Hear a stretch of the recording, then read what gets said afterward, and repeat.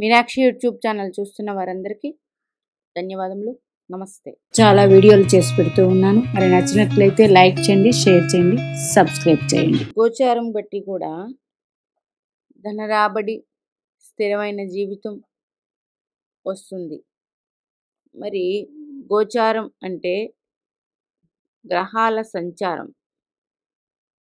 మన జన్మజాతక చక్రంలో మనం ప్రతి ఒక్కరు జన్మించినప్పుడు గ్రహాలని 12 భావాల్లో ఏదో ఒక భావంలో అంటే 12 గడుల్లో కొన్ని గడుల్లో గ్రహాలు స్థిరపడి ఉంటాయి. ప్రజెంటు అసలు గ్రహాలు ఎక్కడున్నాయి? శని భగవానుడు ప్రజెంట్ చెప్తాను, కుంభంలో ఉన్నారు. రాహు మీనంలో ఉన్నారు.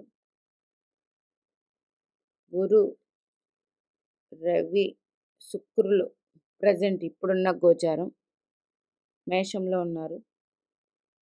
కేతు, రాహువు, కుజుడు, బుధుడు ఉన్నారు ప్రజెంట్ గోచారంలో మీనంలో.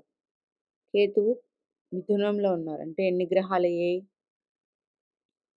1, 2, 3, 4, 5, 6, 7 గ్రహాలు అయిపోయాయి ఇక్కడికి. ఇంకా 8, 9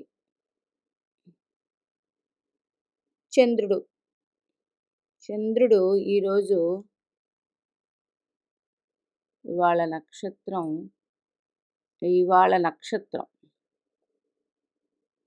ధనుస్సు రాశిలో ఉన్నారు. ధనుస్సు రాశిలో పూర్వాషాఢలో ఉంటే ఉండవచ్చు. ఎన్ని గ్రహాలు అయ్యాయి? ఇవి 3, 6, 7, 8, 9 గ్రహాలు అయిపోయాయి. ఇది గోచార గ్రహాలు ఉన్న స్థితి. మరి మనం పుట్టినప్పుడు మీకు అర్థమయ్యేటట్టు చెప్పడానికి ఇది రాసి ఉన్నాను. జాగ్రత్తగా పరిశీలించండి. ఈరోజు తారీఖు ఎంత?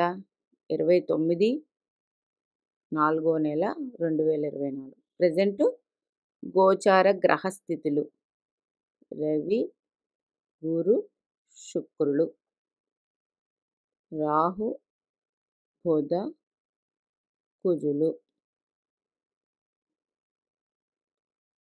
ఈ 3 గ్రహాలు, ఈ 3, 6, 1 శని భగవానుడు 7, 8, 9 మొత్తం 9 గ్రహాలు ఇలా ఉన్నాయి. మరి ఈ గ్రహాలని సంచారం అంటారు, గోచార గ్రహగతులు. మీకు ఇప్పుడు ఇదే శని భగవానుడు మీది మకర రాశి అనుకోండి. అంటే చంద్రుడు ఎక్కడ ఉంటాడండి? మకర రాశిలో మీరు జన్మించినప్పుడు చంద్రుడు ఉన్నాడు. మకర రాశిలో మీరు జన్మించినప్పుడు చంద్రుడు ఉన్నాడు. మకర రాశి వారు ఇందులో ఏదో ఒక నక్షత్రం, శ్రవణ నక్షత్రం, ధనిష్ట నక్షత్రం ఇవన్నీ ఉంటాయి. ఉత్తరాషాఢ, శ్రవణం, ధనిష్ట ఉంటాయి. ఏదో ఒక నక్షత్రంలో జన్మించారు. కానీ రాశి ఏంటి? మీరు మకర రాశి. అంటే శని భగవానుడు ఎన్ని సంవత్సరాలు ఉంటాడు? 2.5 సంవత్సరాలు. అంటే ప్రజెంటు మకర రాశి వారికి ధనస్థానంలో శని భగవానుడు సంచారం. ఇది ధనాన్ని ఇస్తారు. ఇప్పుడు మీకు దశ ఏం జరుగుతూ ఉండాలి? శని మహాదశ కానీ లేదా శని అంతర్దశ కానీ జరుగుతూ ఉంటే ఇది వెరీ గుడ్ అన్నమాట. అయితే ఇది ఏళ్ళనాటి శని కదండి. ఏళ్ళనాటి శని అయినప్పటికీ ఇదే కారణం అవుతుంది మంచి చేయటానికి.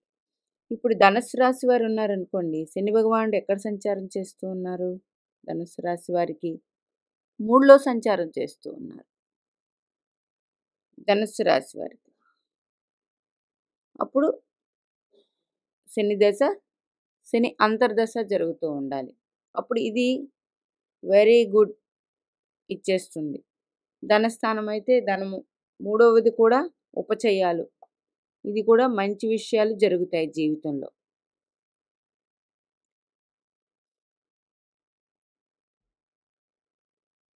మంచి విషయాలు జరుగుతాయి.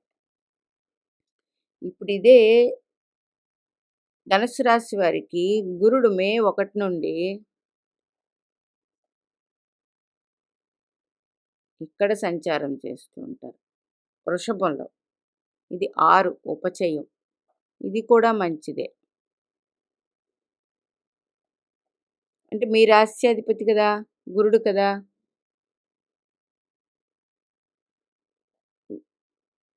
గురు మహాదశ జరుగుతుంటే బావుంటుంది. ఇట్లా తీసుకోండి. గోచారంలో మనకి గోచారం చెప్పినట్టు జరగదు కొందరికి. అది నాకు నిన్న వచ్చిన ప్రశ్న. ఏ ప్రశ్న వచ్చింది అంటే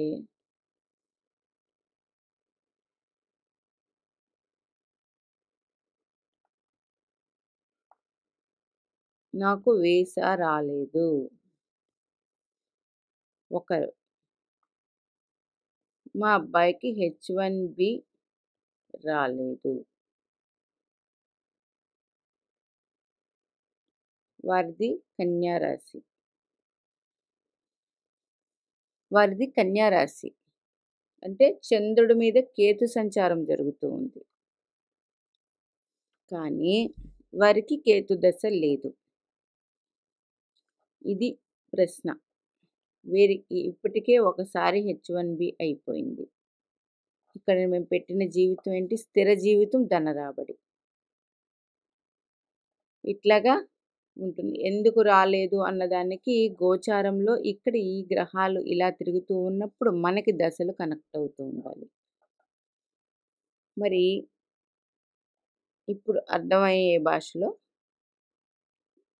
మరొకసారి చెప్తాను. ఇప్పుడు గోచార గతులు.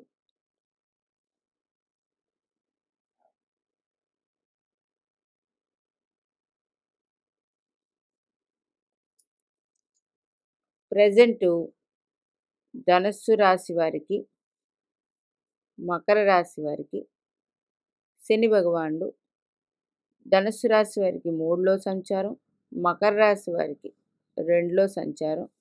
Very good. వీరికి శని మహాదశ కానీ, శని అంతర్దశ కానీ జరుగుతూ ఉంటే మంచి ఫలితాలు ఉంటాయి. ఎందుకంటే 3, 6, 10, 11 స్థానాలలో మీ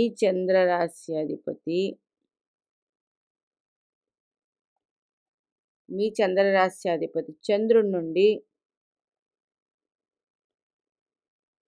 చంద్రుడి నుండి ఈ భావాల్లో సంచారం చేయాలి. అదే 2వ స్థానం అంటే ధనస్థానం. మంచిదే. ఇట్లాగా. మరి ఇదే మకర రాశి వారికి ఇప్పుడు 3లో రాహు సంచారం. ఇది మంచిదే, ఉపచయం. హ్మ్.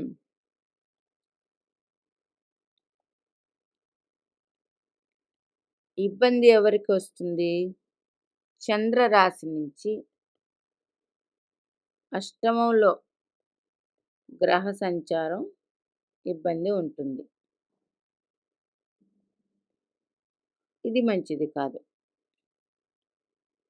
మరి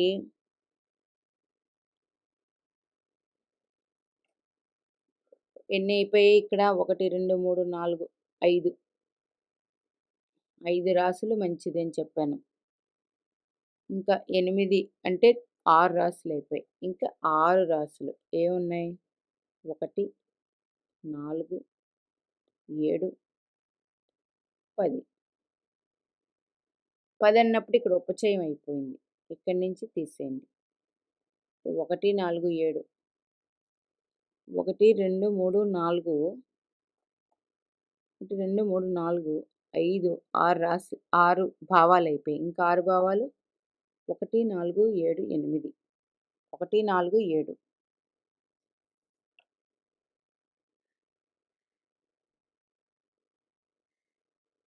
చంద్రుడి మీదకి ఆ గ్రహం వచ్చినప్పుడు అది మంచిదే. అలాగే చంద్రుడు నుంచి 4 అన్నప్పుడు చతుర్థం. ఇది ఓకే. చంద్రుడి నుంచి సప్తమం అన్నప్పుడు దృష్టి. ఇది మంచిదే. మరి ఇంకా 3 భావాలేమున్నాయి? 12వ భావం ఒకటుంది.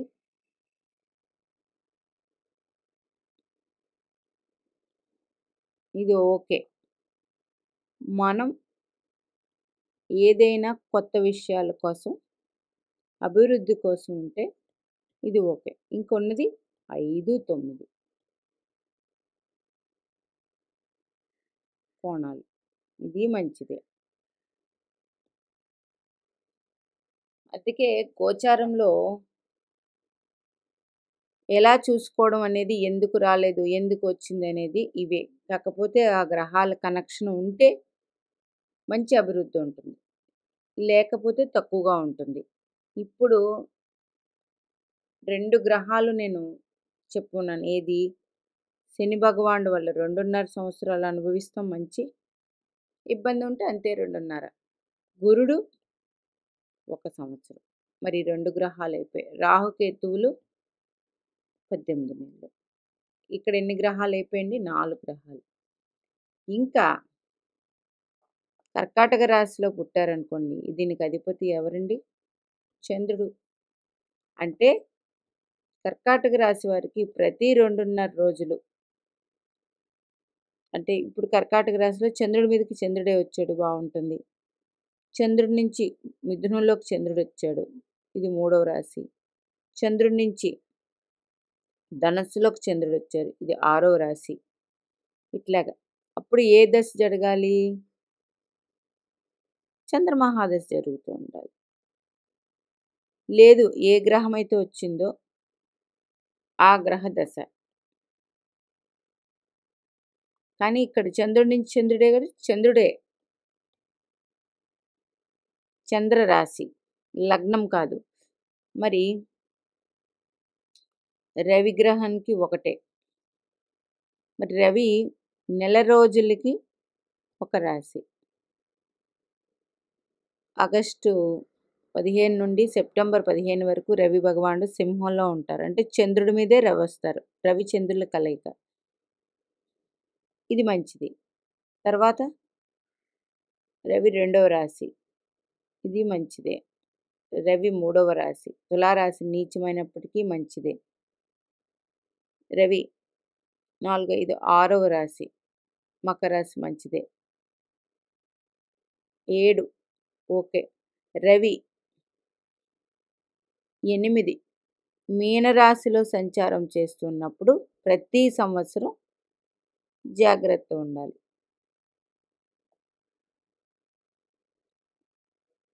ముఖ్యంగా రవి మహాదశ జరుగుతున్నప్పుడు అష్టమ సంచారం. ముఖ్యంగా రవి మహాదశ, మిగతా గ్రహ దశలు కాదు. అట్లాగే బుధుడు సుమారు 27, 28 రోజులు.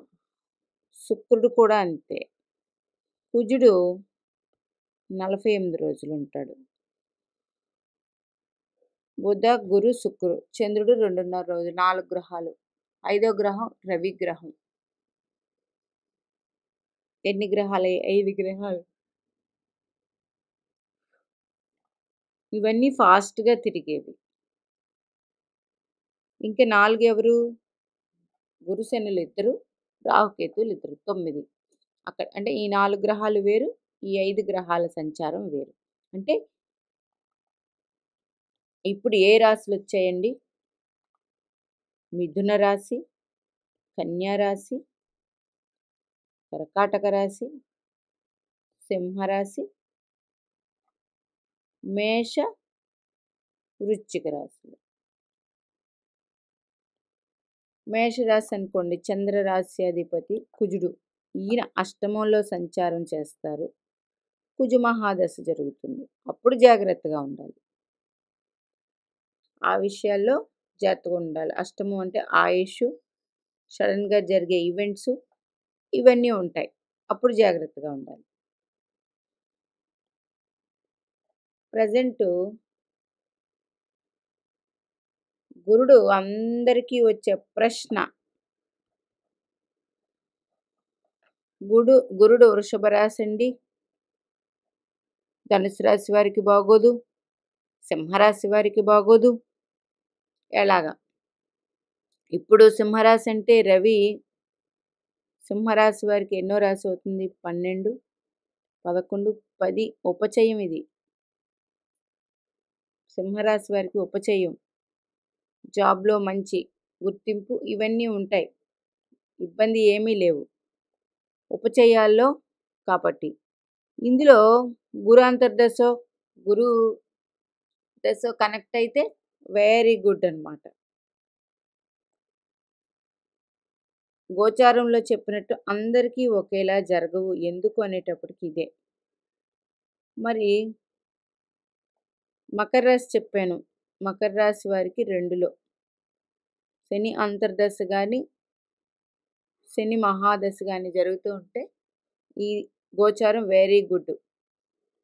మరి ఇప్పుడు ధనుస్సు రాశి వారికి, మీన రాశి వారికి వృషభంలో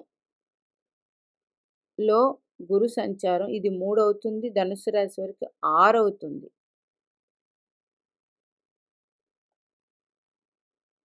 అంటే ధనస్సుకి మీనానికి ఉపచయంలో గురు సంచారం వెరీ గుడ్. ఇది అదే గురు అంతర్దశ గురు అంతర్దశ గురు మహాదశ అయితే ఇప్పుడు వీరికి అద్భుతంగా ఉంటుంది ఫలితాలు ఈ గోచారం. నిన్న నాకు వచ్చిన ప్రశ్నలకి ఇది చాలా వీడియోలో చెప్పి ఉన్నాను. గోచారం ఇప్పుడు ఇదే గోచారంలో ఏదైనా మీకు జన్మజాతక చక్రంలో రాహు ఉన్నారనుకోండి, ఇక్కడ గురువు వస్తున్నారు, ఇక్కడ గురు రాహు సంయోగం గురుచండాల యోగం కదండి అని అనొచ్చు. అట్లా ఉండదు, ఇంకా మంచినిస్తుంది. అక్కడ దశ గురు మహాదశ అయితే 100% ఫాస్ట్గా మంచి రిజల్ట్స్ ఉంటాయి. ఇట్లా తీసుకోండి. మీ లగ్నానికి గురుడు శుభుడా కాదా ఇవన్నీ పక్కన పెట్టండి. ఇక్కడ చెప్పేదంతా చంద్రుడి నుంచే. గోచార గ్రహ సంచారం చెప్తూ ఉన్నది.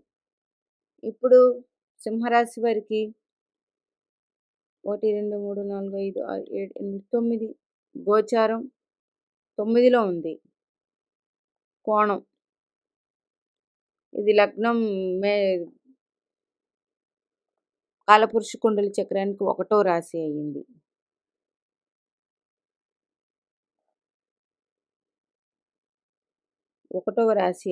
కాలపురుష కుండలి చక్రానికి. మరి కోణ ఫలితాలు అందిస్తాడు. ఇప్పుడు ఇదే సింహరాశి వారికి 10లో గురు సంచారం ఉపచయంలో. ఇది మంచిది, ఇది వెరీ గుడ్ అన్నమాట. గురు మహాదశ జరుగుతుంటే ఇంకొంత మంచిది.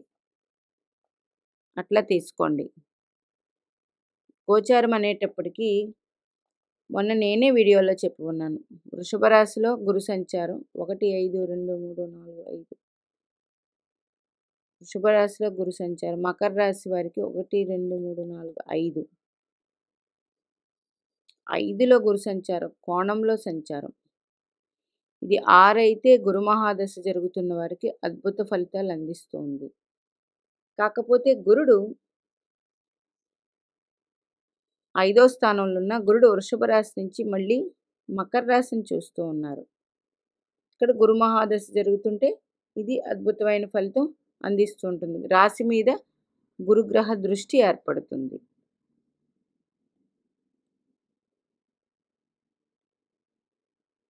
ఇట్లా తీసుకోండి. మిథున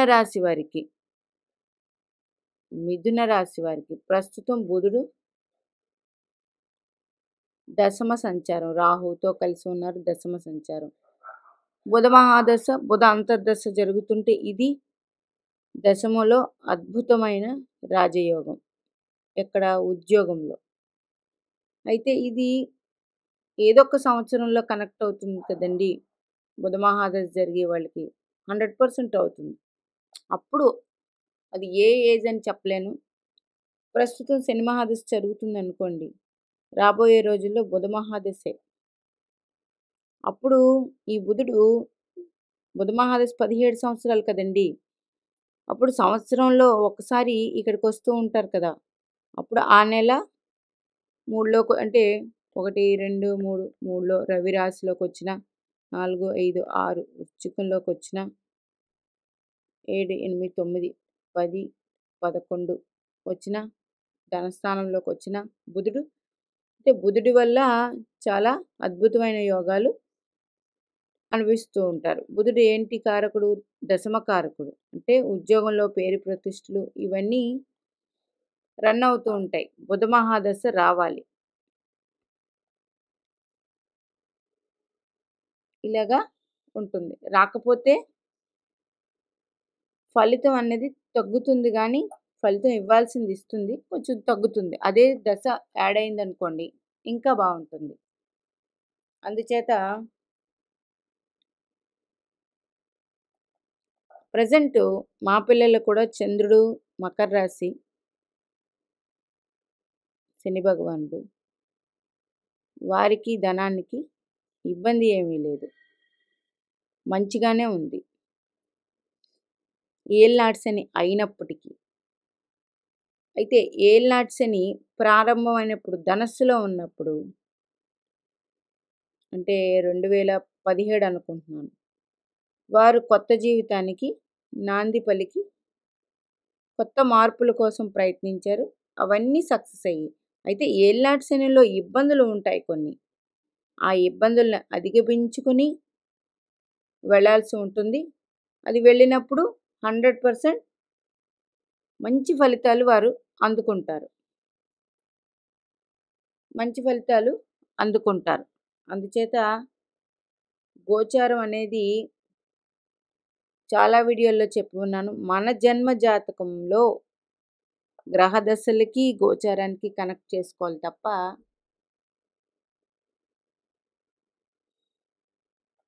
ఇప్పుడు చాలా వీడియోల్లో చెప్పి ఉన్నాను.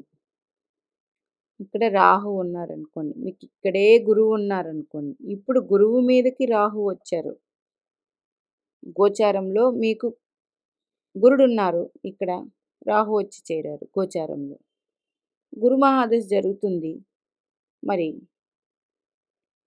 అయితే మేషరాశి వారు గురు మహాదశ జరుగుతుంది. వ్యయం అయ్యింది, ఇక్కడ వ్యయస్థానం అయ్యింది. మేషరాశి వారు చంద్రరాశి, మేషరాశి వారు గురు సంచారం ఇక్కడ వ్యయస్థానంలో జరుగుతుంది. కానీ ఇక్కడ మేషరాశి వారికి అధిపతి ఎవరు? కుజుడు. ఇప్పుడు కుజుడు వ్యయస్థితి వచ్చారు. అంటే కుజు మహాదశ జరుగుతుంటే మీరు యోగం ఎలా ఉంటుందంటే, కుజుడు ఇక్కడ వచ్చినప్పుడు కొత్తగా పనులు ప్రారంభించుకోవడానికి తప్ప వివాహాలకి వాటికి అంత సానుకూలత ఉండదు. ఇప్పుడు మీకు కుజు మహాదశ జరగట్లేదు, రాహు మహాదశ జరుగుతుంది. మేషరాశి వారు అనుకోండి, రాహు మహాదశ జరుగుతుంది. రాహు మీనంలో ఉన్నారు. చంద్రరాశి అధిపతి కుజుడు ఇప్పుడు వచ్చి ఈ రాహుతో కలిసి ఉన్నారు. వ్యయ స్థితి.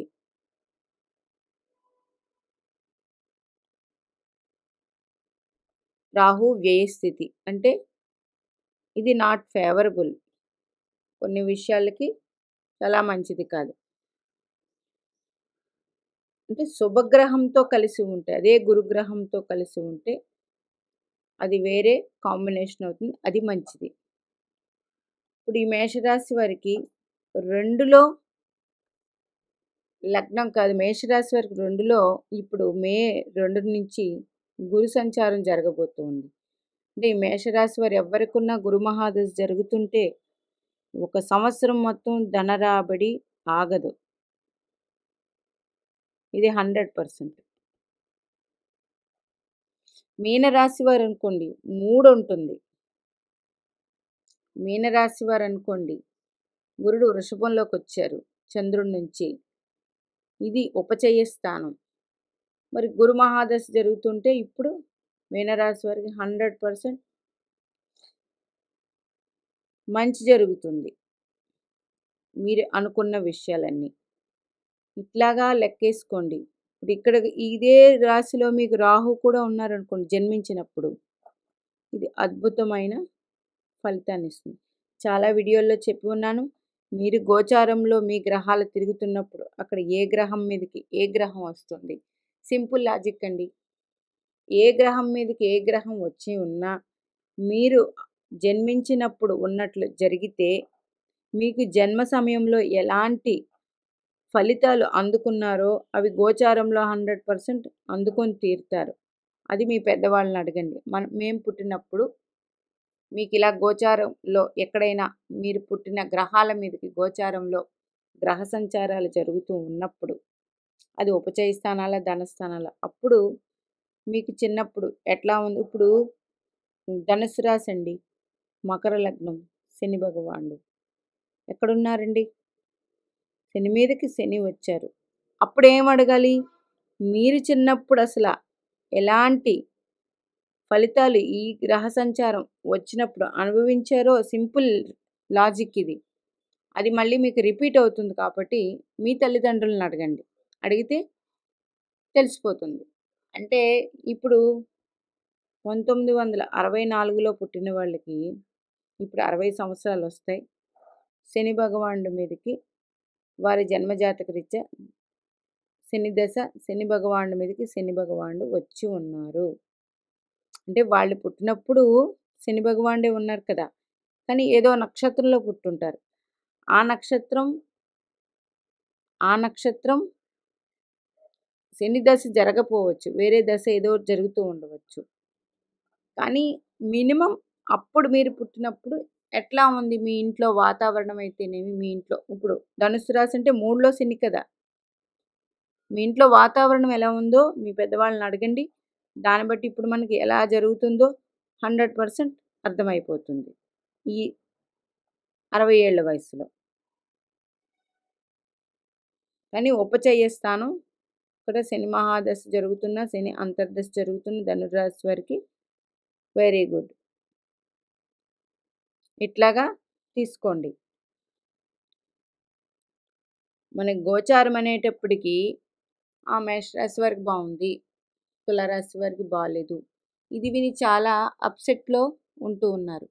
మీరు గోచారం విన్నప్పటికీ గోచారంలో మీరు చూసుకోవాల్సింది ఫస్ట్ ఈ సంవత్సరం నక్షత్ర ఫలాలు ఎలా ఉన్నాయి అది ముందు చూసుకోండి.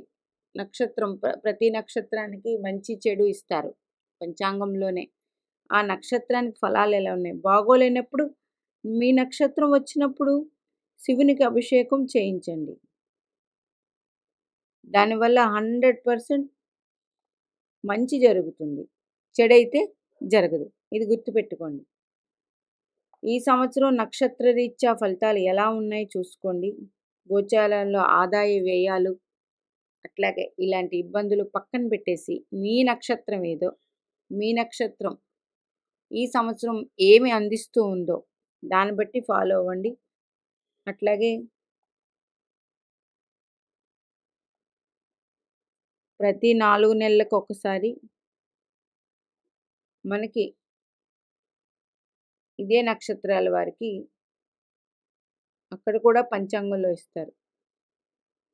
101 అంటే ధనలాభం, 0 అయితే ఏదో నష్టం, ఇట్లా ఉంటాయి. అవి చూసుకోండి. దాన్ని బట్టి మీకు ఏ నెలలో అయితే బాగోట్లేదో ఆ నెలకి సంబంధించి మీరు మీ నక్షత్రం రోజు శివునికి అభిషేకం చేయించండి. గ్రహాలన్నీ శివుని ఆధీనంలో ఉంటాయి. మరి శివాలయంలోనే నవగ్రహాలు ప్రతిష్ఠిస్తారు. మరి ఇంకెక్కడా ఉండవు. నాకు తెలిసి ఉడిపి వెళ్ళి ఉన్నాను. ఉడిపిలో ఉంటాయి.